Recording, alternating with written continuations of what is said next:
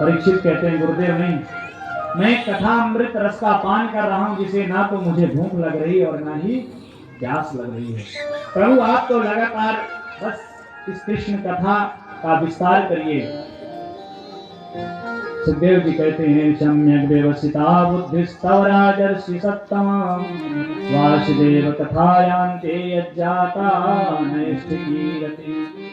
राजन ये तुम्हारी जो नैष्ठिक बुद्धि है ना, कृष्ण कथा में तल्लीन है, इसलिए मैं अवश्य तुम्हें यह कृष्ण कथा सुनाऊंगा। गुरुदेव सुखदेव जी कहते हैं जब जब हो धर्म की हानि बाढ़हि असुर महाअभिमानी, तब तब धरि प्रभु विविध शरीरा हरहि सदा भव सज्जन पीरा। जब जब अधर्म का बोलबाला हो जाता है, धर्म की हानि होने लग जाती है, अधर्मी बढ़ जाते हैं, तब तब भगवान मनुष्य रूप में अवतरित होते हैं और सारे दुष्टों का संहार करके धर्म संस्थापनार्थाय संभवामि युगे, हर युग में धर्म की स्थापना करते हैं मनुष्य रूप में आकर के, और संतों की, ब्राह्मणों की, गरीबों की रक्षा करते हैं। इधर महाराज ब्रह्मा जी पृथ्वी को आश्वासन दिला रहे हैं, पृथ्वी में बहुत अत्याचार बढ़ गया है कंस के द्वारा। वसुदेव गृहे साक्षात भगवान पुरुषः परा। ब्रह्मा जी ने कहा वसुदेव के घर पर साक्षात पूर्ण ब्रह्म परमात्मा के रूप में अवतरित होंगे और वह आपकी रक्षा करेंगे, आप धैर्य रखो। और इसके बाद महाराज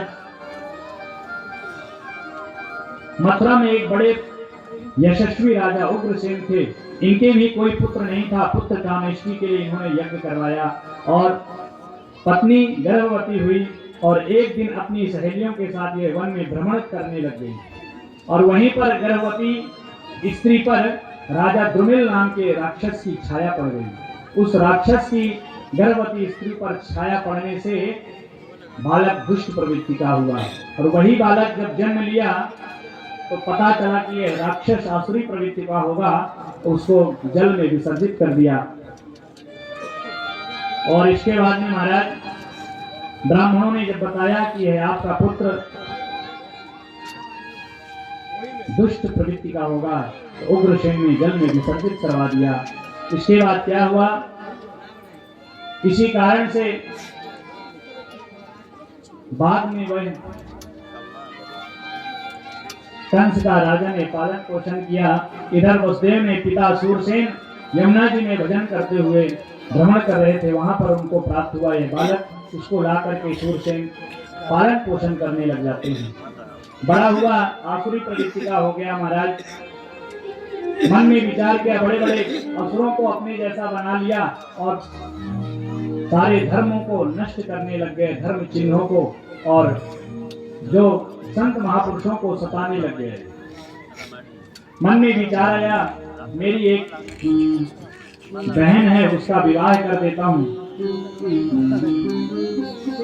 और इसी उद्देश्य से वसुदेव जी को चुना और वसुदेव के संग में विवाह करने की इच्छा से उनको बुलाया, आमंत्रित किया, बड़े धूमधाम से विवाह किया। विवाह करके जैसे ही महाराज पालकी में बैठा करके विदा करने लग गया, इतने में ही आकाशवाणी होती है, पति प्रग्रहिणं कंस माभाष्याः शरीरवाक् अस्य स्वामुष्टमो गर्भो हंतायां वहसरुधो।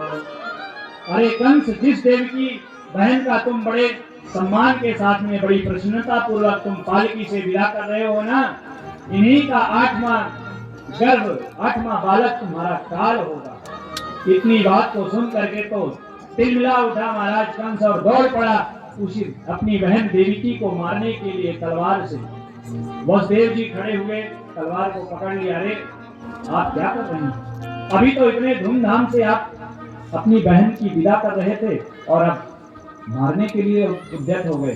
समाज क्या कहेगा, इतना बड़ा राजा और एक निर्बल स्त्री पर हाथ उठा रहा है। ये योद्धाओं का कर्तव्य नहीं है निर्बला स्त्री पर हाथ उठाना। वसुदेव जी ने अपनी तरीके से समझाया। कंस ने कहा मेरी सीधी बात ये समझ में नहीं आ रही है, मैं यही जानता हूँ इसका 8वां पुत्र काल हो गया, इसलिए मैं काल को जन्म देने वाली माँ को ही नहीं छोड़ूंगा। पर पति का भी कुछ कर्तव्य होता है। वसुदेव जी ने सोचा मेरा कर्तव्य है, मैं अब इसका पति हूँ देवकी का, और मेरा कर्तव्य है कि अपनी पत्नी की रक्षा करूं।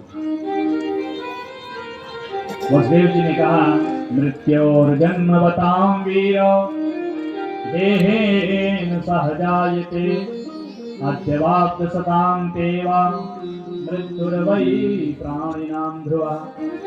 कहते हैं महाराज मृत्योर्जन्म बताम वीरो, मृत्यु जो है हमारी बहन है। कैसे? जब भी हम जन्म लेते हैं ना, जन्म के साथ साथ ही मृत्यु सुनिश्चित होती है। उसी माँ की कोख के साथ साथ मृत्यु हमारी बहन जन्म लेती है और साथ ही साथ हमारे रहती है, इसलिए वह बहन है। वसुदेव जी कहते हैं हमारी बहन का नाम मृत्यु है। जिस गर्भ से हम जन्म लेते हैं मृत्यु भी उसी गर्भ से उसी समय निश्चित हो जाती है कब मृत्यु होना है। वास्तव में सत्य तो यह है कि हम जी नहीं रहे हैं, हम मृत्यु के नजदीक जा रहे हैं। अब हमारा समय घट रहा है, हम कितने दिन शेष बचे हैं मृत्यु को आने में, क्योंकि मृत्यु तो निश्चित है, अकाट्य सत्य है। वसुदेव जी को कहते हैं कंस मुझे सत्संग नहीं सुनना है, ये बताओ मैं क्या करूं। बोले आप चिंता मत करो, आपको देवकी के पुत्रों से कष्ट है ना, मृत्यु है। ऐसा करते हैं कि हम सारे के सारे पुत्रों को आपको हम समर्पित कर देंगे। इसी तरीके से उन्होंने सोचा कि यह बलाय टल जाए, अभी की जो समस्या है बात का पीछे दिखा जाएगा। वसुदेव जी की बड़ी पत्नी महाराज रोहिणी यशोदा की सहेली हैं, पर वो वहां पर यशोदा के पास में ही रहती है। क्रम से धीरे धीरे कंस ने क्या किया, वसुदेव और देवकी को कारागार में डाल दिया है और आदेश किया सैनिकों को जब भी कोई बालक हो तो मुझे ला करके समर्पित करना है। एक एक करके जैसे कीर्तिमंतम प्रथमजम कंसायानकदुंडवी, वसुदेव जी के जैसे ही प्रथम पुत्र हुआ महाराज सौंप दिया गया कंस को। महाराज सब मृत्यु के घाट उतार देता है। एक एक क्रम से 6 पुत्र हुए, 6 पुत्रों को ही मार देता है कंस। 7वें पुत्र के रूप में भगवान ही अवतरित होते हैं और जैसे ही गर्भ में आते हैं भगवान ने सोचा यह कुछ न कुछ लीला करनी पड़ेगी, नहीं तो इनको भी मार देगा। तो भगवान ने अपनी माया से देवकी के गर्भ से और रोहिणी के गर्भ में विस्थापित कर दिया और इधर हल्ला हो गया जेल में कि 7वां गर्भ मृत्यु को प्राप्त हो गया है, गर्भ में ही खत्म हो गया है। उधर रोहिणी के गर्भ से बालक जन्म लेता है। 8वां पुत्र के रूप में ही महाराज सुंदर देवता लोग स्तुति करने लग जाते हैं, ब्रह्मादिगण, कि कहीं ऐसा न हो कि भगवान अवतरित हो रहे हैं और भगवान कंस से अपना मामा भांजे का संबंध जोड़ लें और मोह में आ जाएं और ये जो दुष्टता कर रहा है इसको छोड़ दें। इसलिए प्रार्थना कर रहे हैं प्रभु आप सत्य स्वरूप हैं। बड़ी सुंदर प्रार्थना करते हैं। आइए 2 मिनट।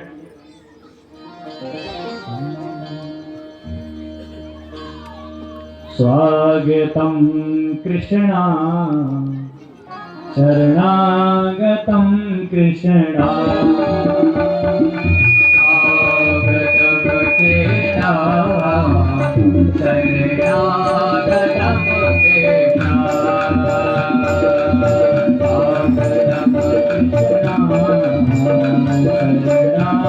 स्वागतम कृष्णा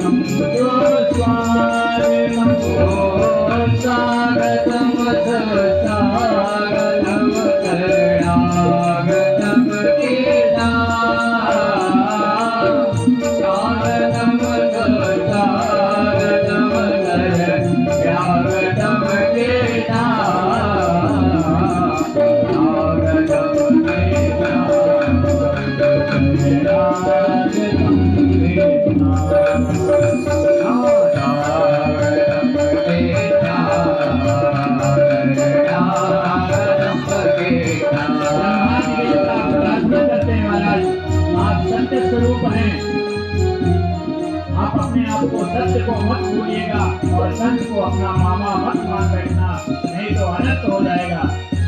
सुंदर महाराज प्रार्थना किया। इसके बाद दिव्य भादों का महीना आया, कृष्ण पक्ष अष्टमी तिथि बुधवार, रोहिणी नक्षत्र, रात्रि के ठीक 12 बजे